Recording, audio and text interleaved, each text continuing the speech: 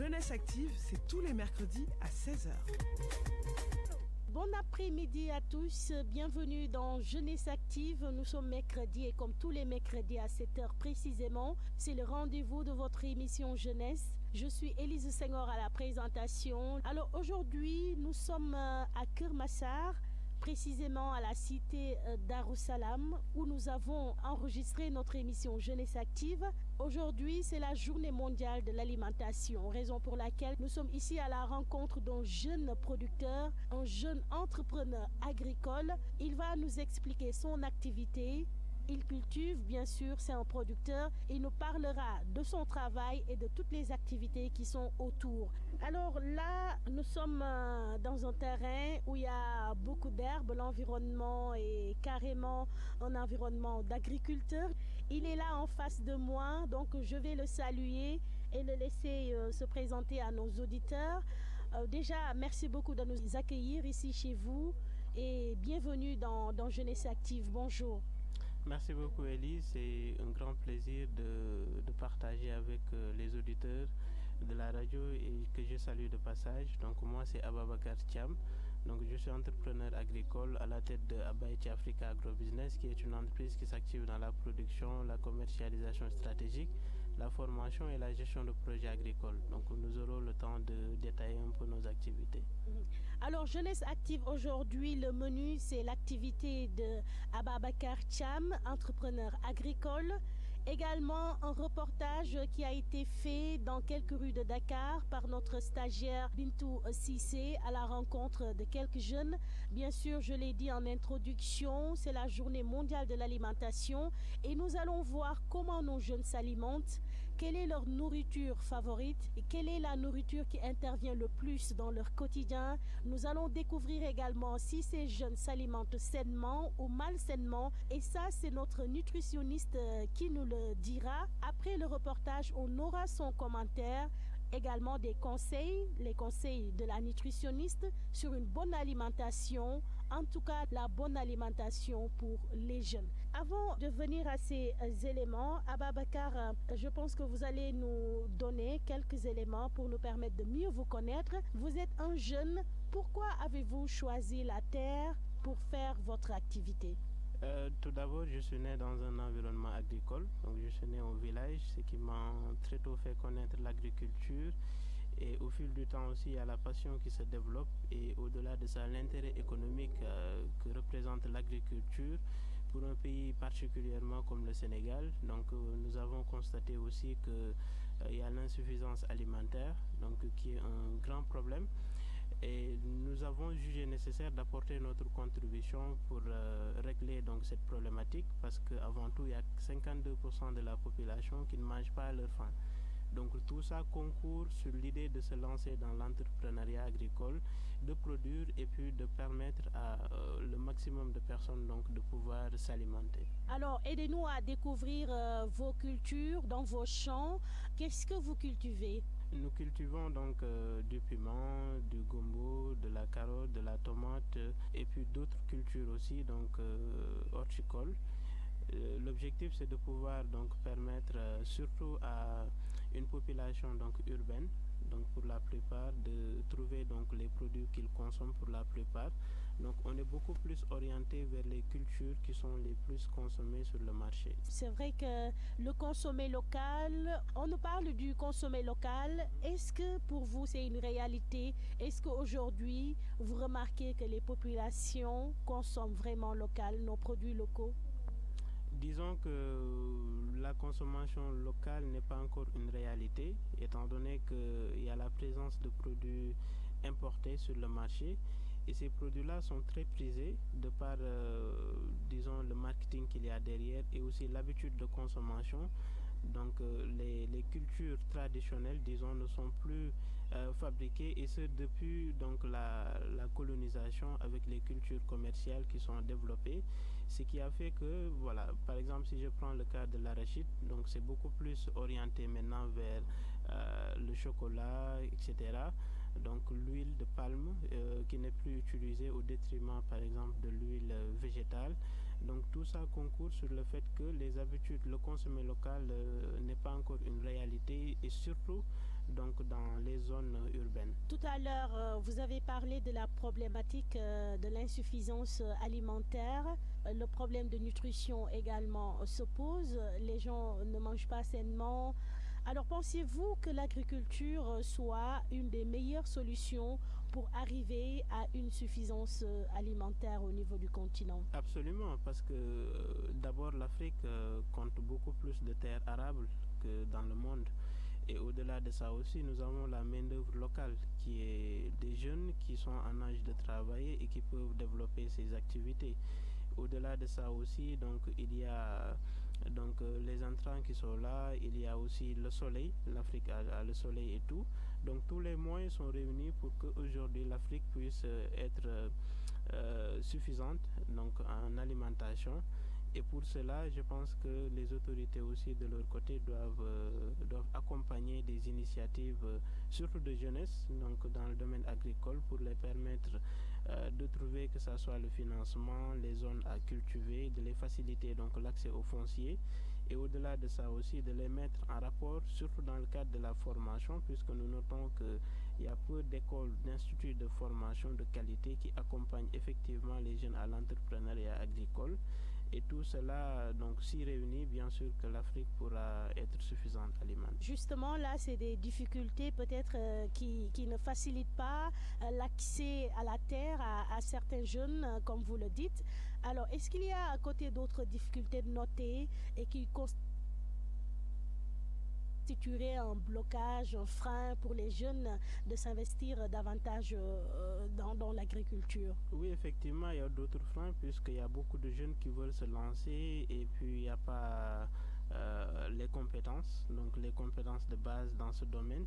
Et puis l'agriculture est souvent décrite comme une activité de paysans, une activité qui ne rapporte pas beaucoup de revenus, ce qui fait que d'une part aussi les jeunes sont un peu réticents et cela aussi va de pair avec une ignorance totale des jeunes de ce qu'est l'agriculture réellement, puisque quand vous partez dans les autres pays, vous trouvez que ceux qui détiennent l'économie sont des agriculteurs et qu'ici on ne trouve pas beaucoup d'agriculteurs qui détiennent l'économie, ce qui fait que les jeunes sont réticents et cela aussi, je pense que la meilleure manière de réparer ça, c'est de construire une génération d'entrepreneurs agricoles qui réussissent et qui pourront inspirer les autres à se lancer et aussi à devenir des agriculteurs de succès. C'est-à-dire que le combat devrait même commencer à la conception de l'agriculture, de la terre, par certains, comme vous l'avez dit, qui pensent que la terre c'est une histoire de paysans, alors que dans d'autres pays, cela constitue en tout cas un secteur très très puissant. Un secteur où on retrouve même, on va dire, les gens les plus présents dans l'économie. Alors aujourd'hui, comment est-ce que nous pouvons faire pour déconstruire cette mentalité de minimiser, sinon de banaliser l'agriculture? Aujourd'hui, comment faire pour déconstruire toutes ces idées qui n'encouragent pas justement à l'agriculture, alors que nous le savons, ça fait partie des éléments fondamentaux pour un développement d'un pays? D'abord, la destruction de l'image de l'agriculteur passe d'abord par montrer que aujourd'hui il n'y a plus de l'agriculture archaïque, il y a une agriculture moderne, donc une agriculture facile. On peut devenir entrepreneur agricole, engager des personnes, être ses employeurs et tout. Donc c'est possible et cela commence d'abord par une bonne sensibilisation, par une bonne formation des jeunes, les donner les clés, les donner les outils et les moyens aussi, de leur permettre d'accéder facilement aux fonciers pour la plupart, et pour d'autres de mettre des systèmes d'irrigation qui leur permettent d'avoir de l'eau en constance, puisque on est beaucoup plus orienté vers l'agriculture pluviale. Il y a beaucoup de jeunes qui pratiquent même l'agriculture, mais uniquement dans la période de pluie, des pluies, et cela aussi mérite d'être un peu changé pour permettre à l'agriculteur de cultiver dans toutes les périodes. Et ça, il faut de l'eau pour le faire. Et si, bien sûr, l'État met les moyens pour permettre à ces jeunes d'avoir de l'eau, d'avoir la terre, ça sera plus facile pour eux de pouvoir se faire une image dans l'agriculture. Vous voulez dire, Ababakar, que plus d'accompagnement venant des autorités concernées aiderait à plus considérer le secteur de l'agriculture, notamment de passer, en tout cas de moderniser l'agriculture et d'apporter plus d'équipements qui faciliteraient son maintien dans toutes les périodes de l'année. Effectivement, parce que d'abord pour les agriculteurs qui sont déjà des producteurs ici au Sénégal, pour la plupart, ils ont du mal à accéder même aux semences et ils dépendent aussi de la pluie. Donc je trouve qu'il y a du travail à faire donc, pour augmenter les équipements, augmenter aussi d'une manière générale faciliter donc, l'accès à l'eau pour ces agriculteurs. Et je pense que voilà, si toutes ces conditions-là sont réunies, ça ne fera que motiver les jeunes, ça ne fera que permettre donc, aux jeunes de se lancer carrément dans ce domaine et d'y réussir. Alors nous rappelons à tous ceux-là qui viennent de nous prendre en cours que vous êtes dans votre émission hebdomadaire Jeunesse Active. Aujourd'hui, c'est la célébration de la Journée mondiale de l'alimentation. Nous en profitons pour venir à la rencontre d'un jeune entrepreneur agricole pour parler de sa production et de toutes les activités autour. Il s'appelle Ababakar Thiam. Il nous a reçus ici à Kermassar, précisément à la cité Darussalam. Tout à l'heure, vous nous avez fait savoir que vous cultivez beaucoup de produits, notamment le gombo et autres. Parlez-nous de la finalité. Est-ce que c'est uniquement pour la consommation? Qui consomme ces produits ou bien ces produits également sont commercialisés? D'abord, nous avons plusieurs types de clients. Il y a déjà les transformateurs, donc ceux qui sont dans l'agroalimentaire, qui achètent le produit pour transformer, mais l'objectif à la fin, c'est la consommation. De même que aussi ceux qui achètent et qui utilisent ça directement dans les plats préparés, c'est-à-dire les mélanges. Donc nous avons ces deux types de clients-là et également aussi ceux qui importent, mais l'objectif final c'est bien sûr la consommation. Maintenant sur ce point justement de la consommation, qui consomme vos produits directement? Ceux qui consomment directement c'est les ménages, donc les particuliers, que ce soit les restaurants, les fast-food, etc. Et aussi les non-mamans, donc qui achètent aussi pour directement préparer des plats. Ababakar, je nous propose d'écouter un reportage qui a été fait par une de nos stagiaires, Bintou Sissé, allant à la rencontre des jeunes dans quelques rues de Dakar pour leur demander leurs habitudes alimentaires. On va découvrir ensemble ce que ces jeunes consomment au quotidien. Les jeunes à qui nous avons tendu notre micro nous ont révélé leur principale alimentation au quotidien. Ils consomment la plupart du temps du riz et du pain. Sigadjouf, étudiante. Pour le petit déjeuner, je prends seulement du café et du pain, beurre, chocolat. C'est pas tous les jours, mais tantôt, de temps en temps, si on n'est pas en retard en classe, on prend le petit déjeuner complet. Si c'est pas entre les pauses, on achète seulement des bonbons et des tasses de café tout bas de 50. Juste ça. Une fois rentré, je mange bien même. Riz au passe. Ibrahim Fall est un jeune enseignant dans une école de la place. Lui n'accorde aucune importance au petit déjeuner. D'ailleurs, il confie que manger le matin ne fait pas partie de ses habitudes. Bon, le matin, moi j'ai pas l'habitude. Bon, ça ne fait pas partie de mes habitudes. Bon, peut-être des fois je le fais, mais quand je me lève, dès que je fais la prière, je prends un peu de café. Je suis sur la route pour aller au bureau. Peut-être vers les coups de 11h, je prends quelque chose comme des cakes, comme ça. Bien un tout petit pain, pas gros, pain 50 francs. Je mange après, vers les coups de 3h, 14h, 15h, je vais manger. Toujours en parcourant les rues, d'autres jeunes rencontrés s'expriment sur la question. Ils disent respecter les heures de repas car il y a des gargotes et des restaurants établis à côté de leur service. Ibougay. Bon, en termes d'alimentation, je prends assez souvent, je respecte les 3 repas. Et entre les 2 repas aussi, je grignote pas assez souvent. Donc le matin, d'habitude, je prends des croissants. Donc quand je suis à la maison, c'est souvent du pain. Mais par défaut, il y a du café au lait. Donc c'est ce que je prends le petit déjeuner. Et pour le repas du midi aussi, c'est souvent en fonction de ce qu'il y a proposé la restauration. Souvent je prends du riz au poisson, les plats sénégalais par d'habitude c'est ce que je prends. Chez moi je prépare, le plus souvent c'est à la maison, que l'après-midi que je mange à la maison. Donc souvent c'est la viande, c'est des plats légers que je préfère manger le soir. Au regard de ces comportements, on voit que ces jeunes n'ont pas une alimentation équilibrée, pris par les activités de la journée, les études ou le travail. Ils ne mangent presque pas, sinon peu. C'est le soir qu'ils se posent une fois de retour à la maison pour tenter de rattraper la journée. Vous écoutez Jeunesse Active sur la WADR. Ababacar, nous avons écouté ce reportage. Grand merci à vous, Bintou Cissé. Alors, ces jeunes, la plupart du temps, mangent beaucoup de pain, le pain qui revient souvent. Le riz également, ils consomment beaucoup de riz. Également, le chocolat, le beurre. En tant que jeune, quel est ton commentaire, j'ai envie de dire, sur cette alimentation de ces jeunes? Voilà, donc c'est une alimentation importée. Donc plus de 75% de la production de blé, puisque le pain est fabriqué à partir du blé, donc est produit aux États-Unis. Donc c'est une culture, c'est une habitude importée que les jeunes utilisent et qui est aussi encouragée par les parents, encouragée par la société aussi d'une manière générale. Ce qui fait que ces jeunes-là, de génération en génération, ça se transmet et ça continue comme ça parce que quand les jeunes se lèvent le matin, ils ne voient que du pain, donc ne voient pas par exemple du tchéré, ne voient pas du lard, ne voient pas en tout cas les cultures qui sont d'origine sénégalaise, donc d'origine locale.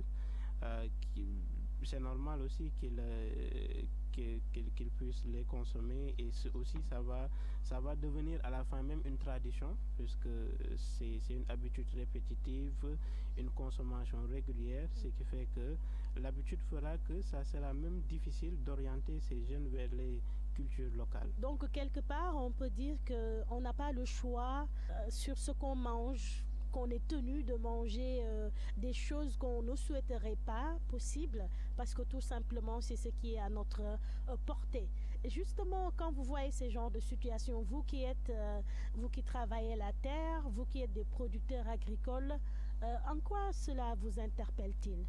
Disons que les produits locaux sont aujourd'hui disponibles, donc des produits locaux qui sont même transformés, ce qui facilite un peu la consommation puisqu'il n'y a pas les longues cuissons, donc c'est très facile à d'abord cuisiner et au-delà d'être facile à cuisiner aussi, c'est pas du tout cher, ce qui fait que c'est accessible et puis c'est facile, mais derrière il n'y a pas le marketing qu'il faut, derrière il n'y a pas aussi la communication suffisante qu'il faut derrière et puis même par rapport donc à l'accès facile donc des produits, c'est plus facile de sortir, d'aller à la boutique, acheter du pain puis de revenir.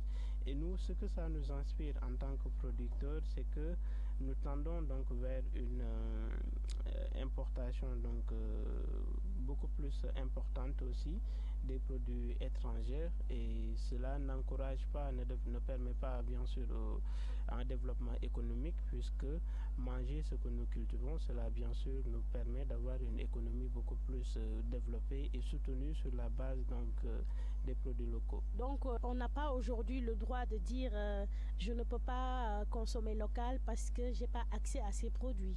Non, on ne peut plus le dire puisque, comme je l'ai dit tantôt, les produits locaux sont disponibles un peu partout, que ce soit dans les zones rurales ou bien les zones urbaines.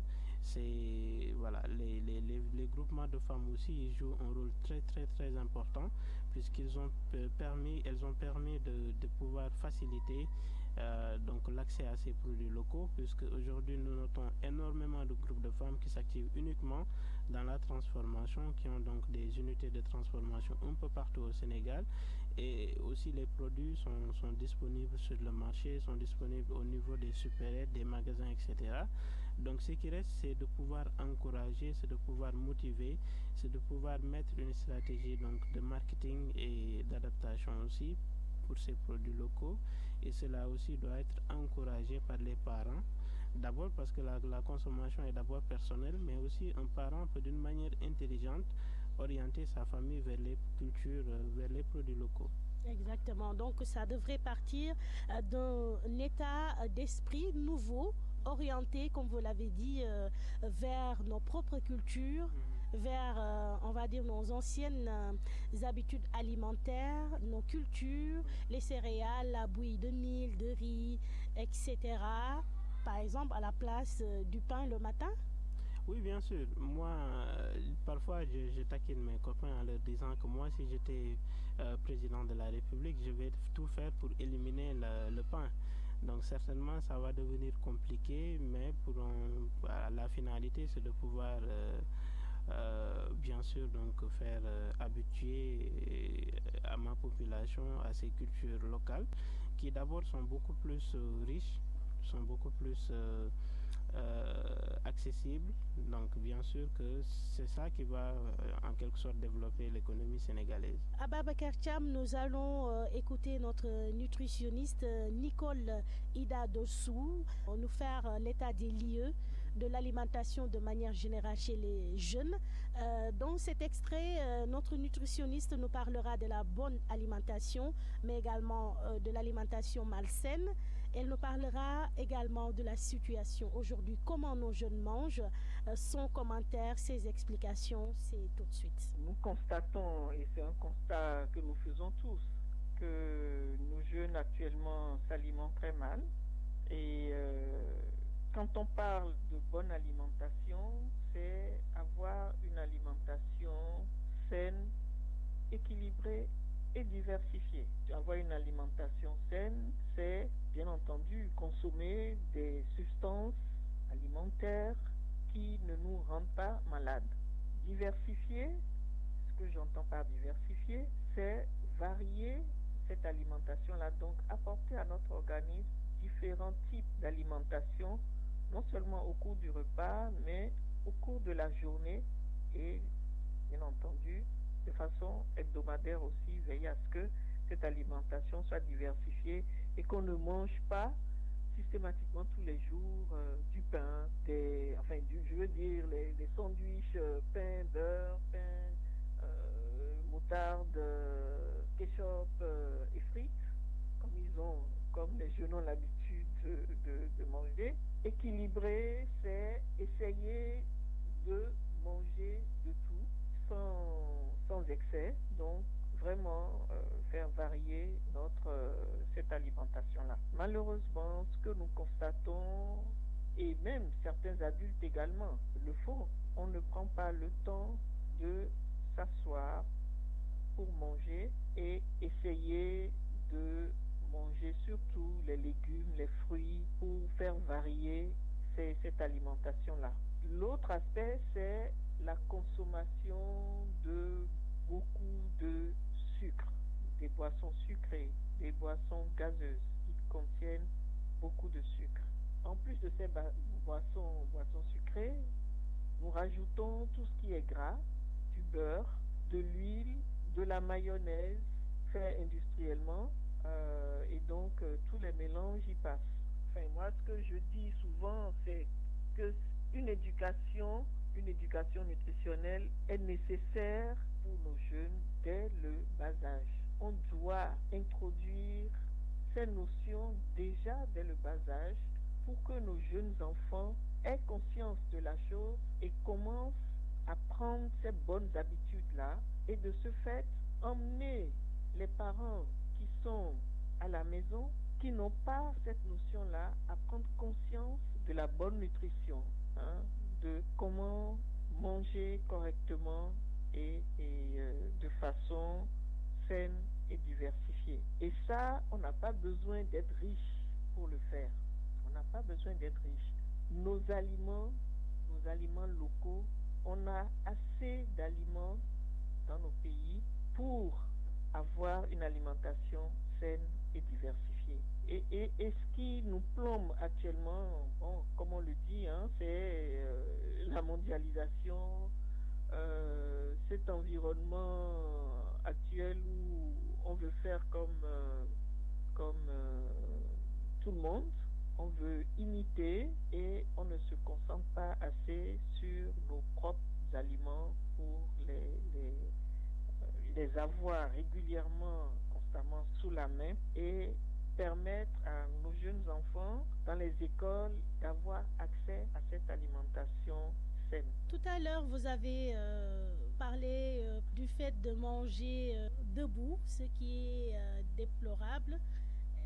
Vous avez dit que malheureusement, les jeunes notamment, puisque c'est d'eux qu'il est question, ne s'asseyent pas pour manger, ne prennent pas le temps pour manger. Est-ce que cela veut dire que le fait de manger debout ou de manger en marchant, ce que nous voyons assez souvent d'ailleurs, est-ce que cela veut dire que ce comportement est à déplorer? Je pense que ce comportement est à déplorer parce qu'on mâche, on ne prend pas le temps de mâcher les aliments avant de l'avaler. Et ça, les médecins vous le diront, je ne suis pas médecin, mais les médecins vous diront que ça ne fait pas toujours du bien à notre estomac. Donc, prendre le temps de bien mâcher ces aliments, ne serait-ce que pour soi-même, pour faire cette coupure-là de quelques minutes, manger et boire avant de repartir sur d'autres fronts.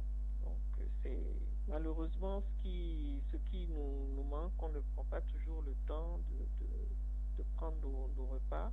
Je pense que c'est pas une attitude saine, si je puis dire, pour nos jeunes enfants. Le minimum, surtout pour le repas, le déjeuner, faire une coupure, prendre le temps de s'asseoir et manger. Et l'autre aspect, qu'il y a beaucoup de jeunes, par manque de temps, boivent plus qu'ils ne mangent. Comme ils l'ont dit, tout le temps ils prennent du café, par manque de temps pour pouvoir manger. À la place, ils prennent du café. C'est quoi le danger que de passer son temps à boire du café et de ne pas manger?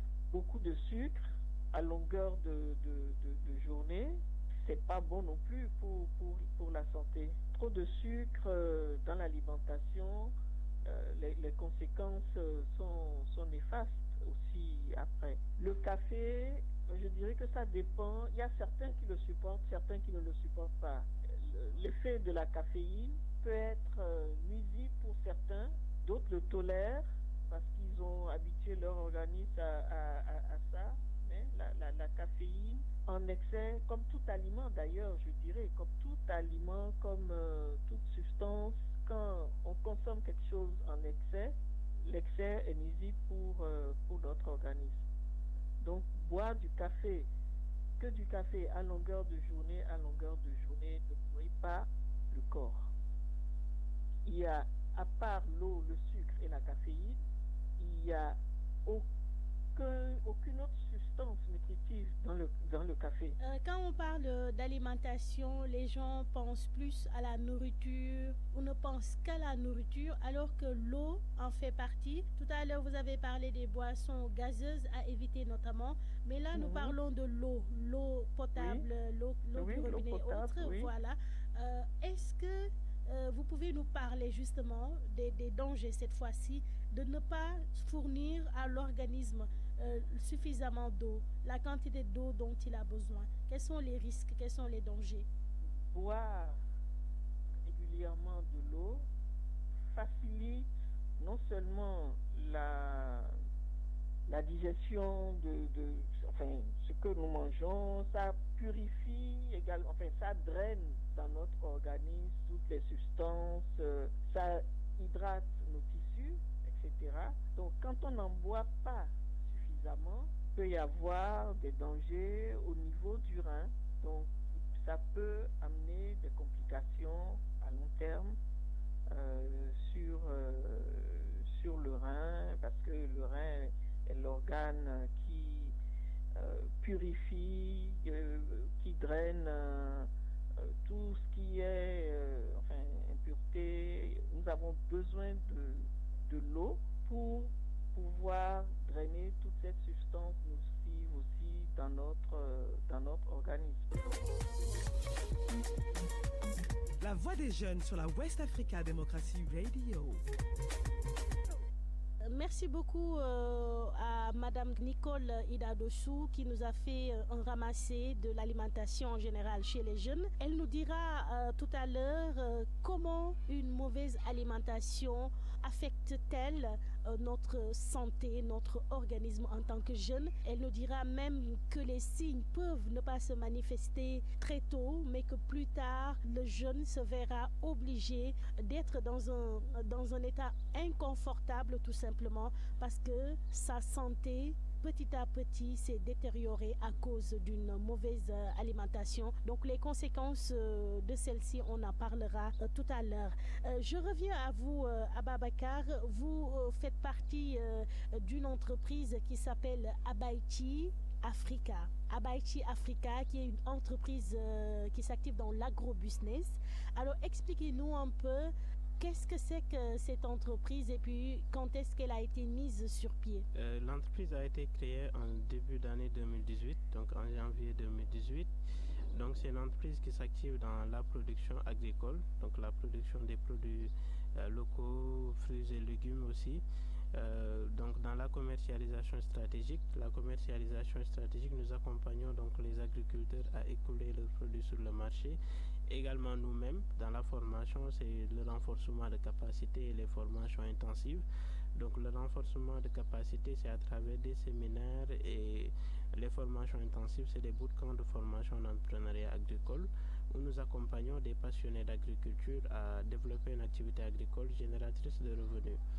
Il y a également aussi la gestion de projets agricoles, donc de l'installation, de la rédaction du business plan, du business model Canva, et aussi du suivi, évaluation et la gestion donc de l'exploitation agricole, nous le faisons. Vous êtes dans l'accompagnement, c'est-à-dire tout jeune aujourd'hui, toute personne qui souhaiterait s'activer dans l'agriculture peut venir vers vous et vous l'accompagner à obtenir déjà les terres, faire les cultures, faire la commercialisation des produits.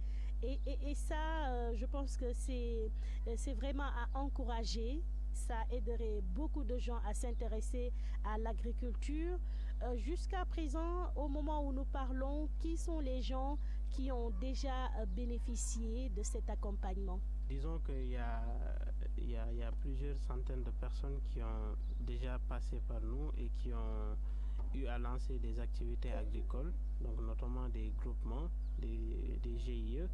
Et aussi, il y a un accompagnement individuel qui se fait donc pour des personnes, puisque nous avons noté donc les difficultés pour se lancer à 3 niveaux. D'abord, il y a la formation donc, que nous faisons et nous accompagnons des jeunes d'abord à se former. Il y a l'autre chose qui est l'accès au foncier, l'accès à la terre. Donc, nous les permettons d'accéder facilement à la terre. Et puis il y a l'autre, c'est par rapport donc à la gestion donc de projets et nous les accompagnons aussi à pouvoir gérer leurs projets. Donc ce qui fait que nous contournons ces 3 difficultés-là pour tout passionné d'agriculture à se lancer et surtout les jeunes, puisque ce que nous faisons pour la plupart, c'est les jeunes qui sont les plus intéressés et qui viennent beaucoup plus nous solliciter parce que bien sûr il y a ce concept qui est en train de se déconstruire, que l'agriculteur est un paysan et tout. Les jeunes sont beaucoup plus intéressés à l'agriculture et bien sûr nous les accompagnons à pouvoir réussir dans ce domaine. C'est des jeunes qui ont été à l'école, qui n'ont pas été à l'école. C'est des jeunes qui ont une activité professionnelle ou qui sont encore étudiants. Parlez-nous un peu des profils, en tout cas les plus fréquents que vous rencontrez. Il y a des jeunes étudiants donc, qui sont à l'université toujours et qui veulent se lancer.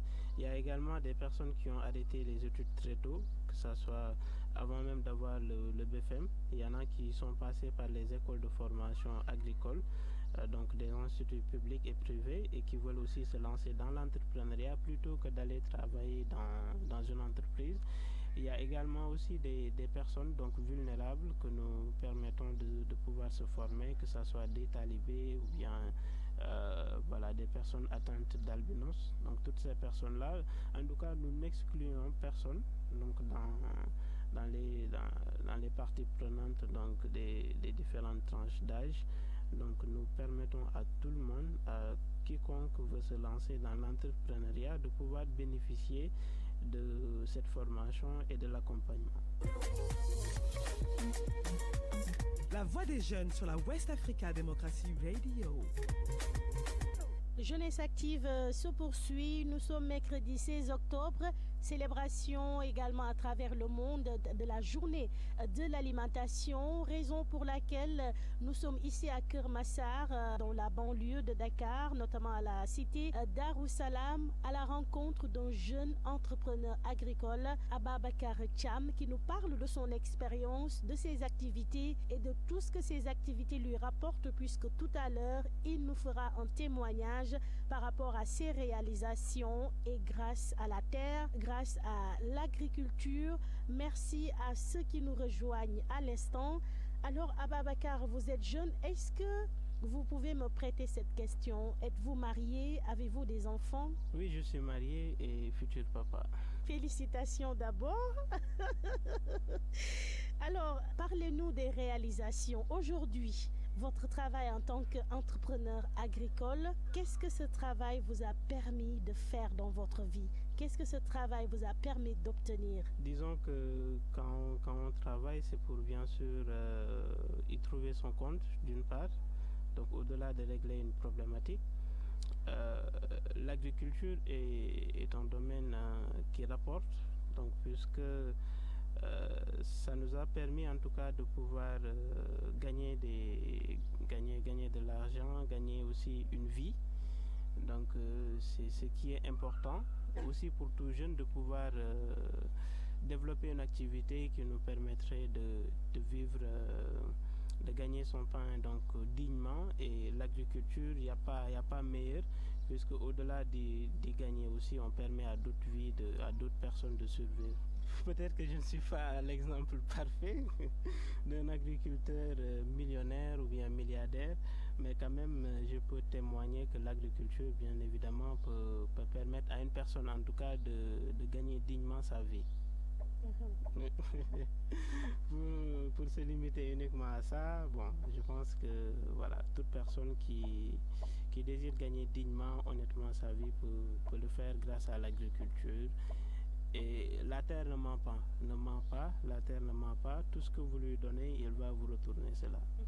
Alors aujourd'hui, on peut dire que Ababakar est un jeune épanoui, et ça grâce à l'agriculture. Absolument, parce que disons qu'on est même dans le chemin de pouvoir donc développer l'agriculture de sorte que même beaucoup de personnes qui sont derrière nous puissent s'épanouir grâce à ce domaine. Et j'ose imaginer que chez vous, vous consommez local, vous consommez ce que vous produisez, puisque le père de famille est un producteur.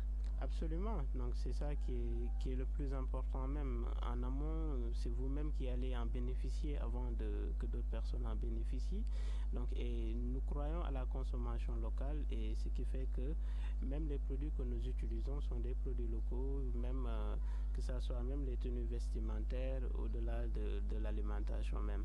Alors, on va parler quand même de l'accès à ces produits, mais l'aspect financier, évidemment. Est-ce que c'est cher aujourd'hui dans le marché, les produits de la terre que vous commercialisez? Non, ce n'est pas des produits chers, étant donné que dans le marché, il y a de la concurrence aussi. Les produits peuvent flamber d'une période et d'une autre période et être beaucoup moins chers. Et c'est aussi pour la plupart du temps aux consommateurs de s'adapter à ces réalités de tarification. Je l'ai annoncé au courant de cette émission que nous allons retrouver notre nutritionniste pour la seconde fois. Cette fois-ci, Dr Nicole Ido Dassou nous parle des conséquences d'une mauvaise alimentation. Nous l'écoutons justement développer. Les conséquences, pour certains, même s'ils ne le voient pas à court terme, les conséquences à long terme peuvent être néfastes et sont souvent néfastes pour notre santé. Donc, on s'étonne après qu'on ait des problèmes de diabète. On s'étonne après qu'on prenne trop de poids et qu'on n'arrive pas à garder un poids stable, surtout qu'on manque d'activité physique. Les conséquences à long terme, c'est des problèmes de surpoids, obésité, qui ne se voient pas tout de suite chez les jeunes parce que bon, ils sont jeunes, mais au bout d'un certain temps, sait, quand on devient adulte et qu'on est resté longtemps sédentaire, c'est les problèmes d'obésité, de surpoids qui surviennent, les maladies cardiovasculaires, etc., en bout de chaîne, et donc malheureusement on ne peut plus revenir en arrière. Donc il vaut mieux prévenir dès la tendre enfance que guérir. Voilà, encore une fois, merci beaucoup à notre nutritionniste qui nous parlait des conséquences sur la santé d'une mauvaise alimentation. Alors, Ababacar, nous l'avons entendu nous dire que les conséquences sont néfastes. Elles peuvent se ressentir très tôt, mais la plupart du temps, elles se ressentent à l'avenir, plus tard. Mais le jeune qui est là, qui fait une mauvaise consommation, ne peut pas s'en rendre compte. En tant que jeune, quand tu entends toutes ces dérives que peut causer une mauvaise alimentation, qu'est-ce que ça te fait ou quel conseil est-ce que tu as envie justement de lancer, de donner aux autres jeunes qui nous écoutent à l'instant? D'abord, nous sommes dans une société où nous n'avons pas l'habitude d'aller voir des nutritionnistes, d'avoir une alimentation équilibrée. Donc, ce qui fait qu'il y a des conséquences derrière et une ignorance totale de ce que nous mangeons même. Donc, puisque même si vous demandez à un jeune le ratio de calories qu'il a mangé, ou bien il ne peut pas le faire. Donc, le conseil, c'est tout simplement de se rapprocher des nutritionnistes pour qu'ils puissent vous accompagner, vous aider dans une alimentation équilibrée. Alors, nous sommes pratiquement au terme de l'émission. Peut-être je vais te laisser nous dire ton message d'engagement, ton message à l'endroit de tous ces jeunes qui sont encore réticents à l'agriculture, qui continuent de penser que l'agriculture, c'est une histoire de paysans, comme on a pour habitude de l'entendre. Quel est aujourd'hui le message que tu leur lances? Le message, c'est tout simplement de ne pas penser que l'agriculture, c'est une affaire de paysans. C'est de ne pas penser qu'on ne peut pas le faire. C'est de ne pas penser qu'on n'est pas en mesure de réussir dans ce domaine. Tout jeune, passionné, engagé et déterminé pour réussir dans ce domaine. Donc il suffit de s'armer de courage, de détermination, d'audace aussi, puisqu'il faut oser le faire et c'est possible de trouver un mentor, donc quelqu'un qui est plus expérimenté, qui est capable de vous accompagner. Et toutes ces conditions-là, si réunies bien sûr avec la persévérance, donc tout peut bien sûr réussir aux jeunes. Alors, Ababacar, vous avez beaucoup insisté sur la formation des jeunes. Vous avez insisté également sur les difficultés liées à l'accès à la terre, les difficultés liées justement à la modernisation de l'agriculture pour la rendre accessible à tous. Voilà, par rapport à ces difficultés, d'abord, surtout par rapport à la formation, parce que beaucoup de jeunes qui veulent se lancer ne trouvent pas, donc pour la plupart du temps, une formation de qualité qui leur permette d'avoir les compétences de base même avant de se lancer. Et cela doit être développé grâce à des structures comme Abaïti qui accompagnent les jeunes. Et l'accès au foncier aussi, c'est quelque chose de très important, puisque sans la terre, on ne peut pas cultiver. Et le foncier, pour la plupart, est détenu par une minorité qui accapare une très très grande partie des terres, ce qui ne permet pas aux jeunes d'en bénéficier, qui sont obligés pour la plupart de se rabattre donc, à travers donc, les terres familiales, donc d'en utiliser, et c'est pas toujours évident. Donc c'est pas toujours évident donc de créer des espaces pour permettre aux jeunes d'avoir des terres qui sont déjà aménagées et leur permettre de venir avec la formation qu'ils vont avoir, de venir directement et de cultiver. Alors c'est la fin de Jeunesse Active de ce mercredi 16 octobre. Merci beaucoup à Ababacar Thiam de nous avoir reçus chez vous, ici à la cité Darussalam à Kermassar, dans la banlieue de Dakar, la capitale sénégalaise. Alors je rappelle que vous êtes jeune entrepreneur agricole, vous avez choisi de travailler la terre, vous développez beaucoup d'activités liées à l'agriculture et cela vous rapporte énormément comme vous l'avez dit. Merci beaucoup d'avoir bien voulu surtout partager votre expérience avec nous. Merci et je salue de passage donc l'ensemble des auditeurs de West Africa Radio et donc de leur dire que ils peuvent le faire, ils peuvent se lancer dans l'agriculture et ça va au-delà même de l'aspect personnel de développer le continent africain. Merci beaucoup à Babacar Cham encore une fois. Merci beaucoup Abdourahmane Dia, mon technicien qui m'accompagne dans la réalisation de cette émission. C'était Élise Senghor comme tous les mercredis dans Jeunesse Active. Pour rappel donc ce mercredi 16 octobre marque la célébration de la Journée mondiale de l'alimentation, raison pour laquelle nous sommes venus à la rencontre d'un jeune qui s'active dans l'agriculture pour parler de l'importance des produits bio, de l'importance des produits locaux. Avec notre nutritionniste, nous sommes également revenus sur les dangers d'une mauvaise alimentation. Grâce à un reportage réalisé par notre stagiaire Bintou Sissé, nous avons pu remarquer qu'il y a des jeunes malheureusement qui s'alimentent malsainement et cela en consommant gras, des produits très gras et malheureusement c'est des choses à ne pas encourager et nous demandons à l'occasion à tous les jeunes de veiller sur leur alimentation, de faire attention et comme notre invité spécial Ababacar Thiam nous l'a dit, de privilégier les produits locaux, les produits cultivés ici dans nos terres et de faire un retour aux sources, c'est-à-dire consommer des produits sains pour veiller à avoir une alimentation équilibrée et saine. Merci à tous d'avoir été de la partie. Prochain rendez-vous de Jeunesse Active évidemment mercredi prochain. Merci à tous. Bon après-midi à tous. Bye bye. Jeunesse Active, c'est tous les mercredis à 16h. La voix des jeunes sur la West Africa Democracy Radio. La voix des jeunes sur la West Africa Democracy Radio.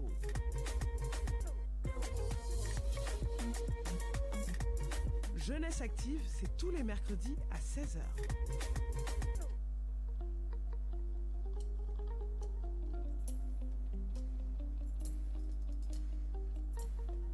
Thank you, Freiburg.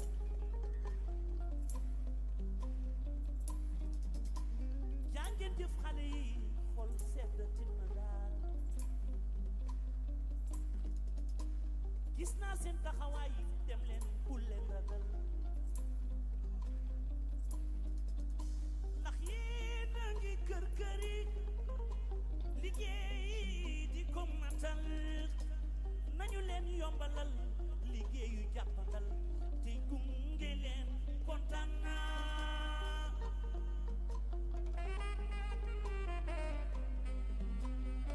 yéen ndaw yu góor yi ndaw yu jigéen yi dama leen bàyyi xel yéen a ngi jéem bëgg a tekki ragal gàcce bañ a def lu ñaaw yéen li ngeen soobu wane na ni bu doon xare du ngeen mës a daw kon yéen di dimbale leen war na yomb ndax toogu leen xaar ni ma leen gisee ngeen di demee noonu la jàmmaar war a demee li ma gis léegi ci xale yi Sénégal benn xale tëddatul nelaw ba yandoor xam ngeen ni maak yéen a nuroo ña fee rek la nu gëm góorgóorlu leen kontaan naa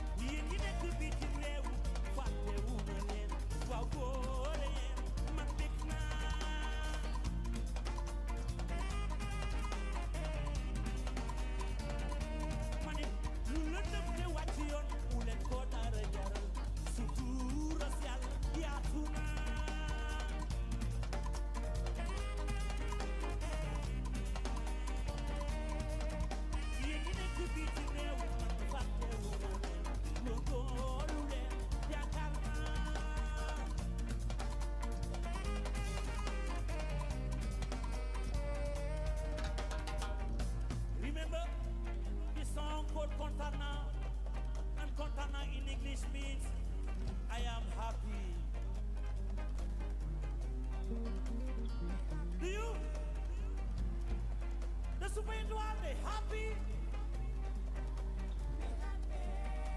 The man shop are happy.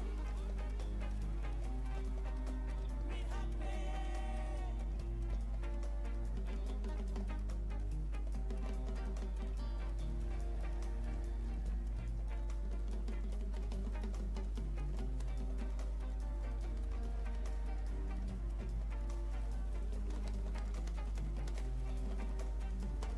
Yeah, now you got it, now you get it, the man left by you. Yéen a ngi jéem bëgg a tekki ragal gàcce bëgg def lu baax yéen.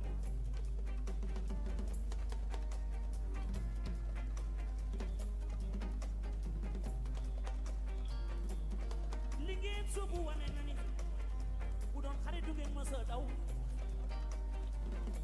Kon yéen di dimbale leen war na yomb ndax toogu leen di xaar. Ni ma leen gisee ngeen di demee noonu la jàmmaar war a demee. Li ma gis léegi ci xale yi Sénégal benn xale ne la watul bayan door. Ku ne ngi jéem a wut loo def waaye ku ne ngi jéem a wut lu mu amal boppam ci yi xale yi Sénégal